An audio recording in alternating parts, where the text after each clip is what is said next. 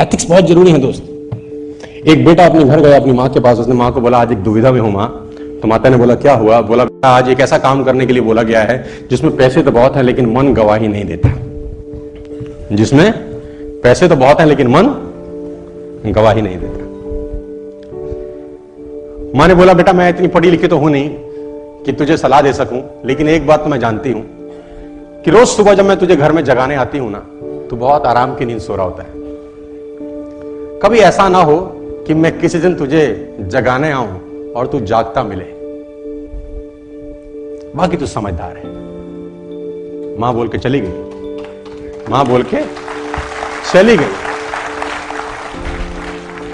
और बेटा बोला mama I got my answer. I got my answer. Never in your life कभी unethical मत होना दोस्त, कभी अनएथिकल मत होना, है ना।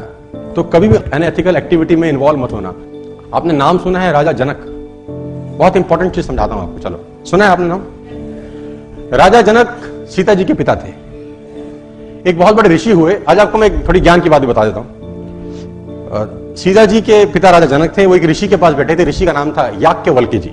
याज्ञवल्क्य जी। तो राजा जनक और उनकी आपस में बात चल रही थी। तो राजा जनक याज्ञवल्क्य जी से पूछते हैं कि ऋषिवर आदमी किसकी रोशनी से देखता है? तो ऋषि बोले राजा कैसी बात कर रहे हो? तो बड़ी छोटी सी बात तुमने पूछी है। आदमी सूरज की रोशनी से देखता है। तो राजन बोले महाराज अगर सूरज अस्त हो फिर? तो ऋषि बोले फिर आदमी चांद की रोशनी से देखता है। तो बोला महाराज अगर अंधेरों से भरी रात हो, अमावस हो, तारे हो फिर? उसने ऋषि ने कहा कि फिर आदमी आवाज की दृष्टि से देखता है। बोला आवाज की दृष्टि? बोला हाँ तुम किसी वन में भटक जाओ, घनघोर अंधेरा हो, सूरज ना हो और कहीं दूर से तुम्हें कोई आवाज देके पुकारे तो तुम वहां जाओगे कि नहीं जाओगे? आवाज से दिखाई तो नहीं देगा लेकिन मालूम चल जाएगा कि कहां जाना है। तो फिर बोले अगर कोई आवाज भी ना हो, सूरज भी ना हो, चांद भी ना हो, तारे भी ना हो और आवाज भी ना हो, फिर आदमी किसकी दृष्टि से देखेगा? तो ऋषि ने बोला फिर आदमी आत्मा की नजर से देखेगा, जो कि होती नहीं है। और बड़ी अच्छी लाइन उन्होंने लिखी, मैं आपके लिए लेके आया हूं। उसने कहा जो विशेष ज्ञान से भरपूर है, जीवन और ज्योति से भरपूर है, जो हृदय में विद्यमान है, अंतकरण की ज्योति में और सारे शरीर में विद्यमान है, वही आत्मा है। जब कहीं कुछ दिखाई नहीं देता तब आत्मा की ज्योति ही जीवन जगत को प्रकाशित करती है। जब आपको कहीं से जवाब ना मिले, सवाल ना मिले और परेशान हो कि करना चाहिए कि नहीं, यहां से पूछना, जवाब आपको मिल जाएगा कि एथिकल काम है या अनैतिक होता है। देखो कर्म फल जो है ना वो भोगना पड़ता है यार। गलत मत करना, कभी जिंदगी में मत करना। वो एक आदमी गुस्से में अपने मैनेजर को चांटा मार गया। पता नहीं उसको किस बात का गुस्सा था, उसने अपने मैनेजर को एक दिया। अब मैनेजर उसका एम्प्लॉय था, बेचारा कुछ कर नहीं सका। मैनेजर घर गया, सारा गुस्सा बीवी पे निकाला, एक उसने बीवी को दिया। अब बीवी क्या करती? बड़ा गुस्सा था, उसने बड़े बड़े लड़के पे एक मारा। अब बड़े बड़े लड़के का बस ना मां पे चले ना बाप पे, उसका छोटा भाई बैठा था, खेल खेल में उसने एक रपेट उसको दिया। दुकानदार ने मैनेजर को सपेटा, मैनेजर ने बीवी को मारा, बीवी ने बेटे को मारा, बेटे ने छोटे भाई को मारा। अब छोटा भाई के घर में और कुछ था नहीं जिसको पीट सके, तो गुस्से में बाहर गया, बाहर कुत्ता था, उसे लात मारी। अब कुत्ते को जब लात मारी, कुत्ता भागा और उसने एक आदमी के पैर में काटा, और वो आदमी वही था जिसने मैनेजर को मारा था।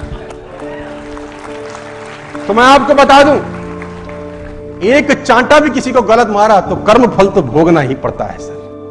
आप सोचो कि कुछ नहीं है तो खाता चल रहा है, उसका खाता बड़ा शानदार है, उसके खाते में 0.00001% एरर नहीं होता है ना। वो कहते हैं ना कि आंख ने फल देखा तो मन में लालसा हुई। अब आंख तो फल तोड़ने जा नहीं सकती, फल देखा आंख ने, गए पैर।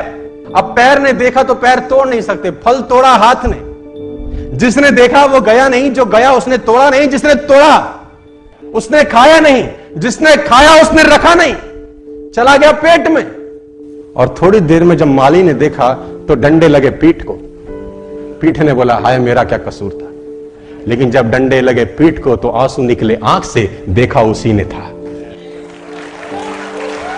तो कर्म फल भोगना है यार। और मैं आपको एक प्रसंग सुना देता हूं, यहां पर शायद आपके काम आ जाए। मैं 2 ग्रंथों से बड़ा प्रभावित हूं, रामायण और महाभारत, और मैं अक्सर इनकी बातें भी करता रहता हूं। वो पुराना इतिहास जो है उसमें जितना कुछ सीखने को है वो दुनिया में कहीं सीखने को नहीं है। बहुत कुछ सीखने को है राम जी के जीवन में, कृष्ण जी के जीवन में बहुत कुछ सीखने को है। और रामायण एक ऐसा ग्रंथ है जिसमें एक एक चीज सीखने को है। मैं कभी कभी कुछ लेडीज से बात करता हूं, हम तो बहुत दुखी हैं जी, पति बेकार मिला है, बच्चे नालायक हैं। मतलब मेरी बात को अदरवाइज मत लेना, 70 to 80% पुरुष भी मिलते हैं रोते, महिलाएं भी रोती मिलती है।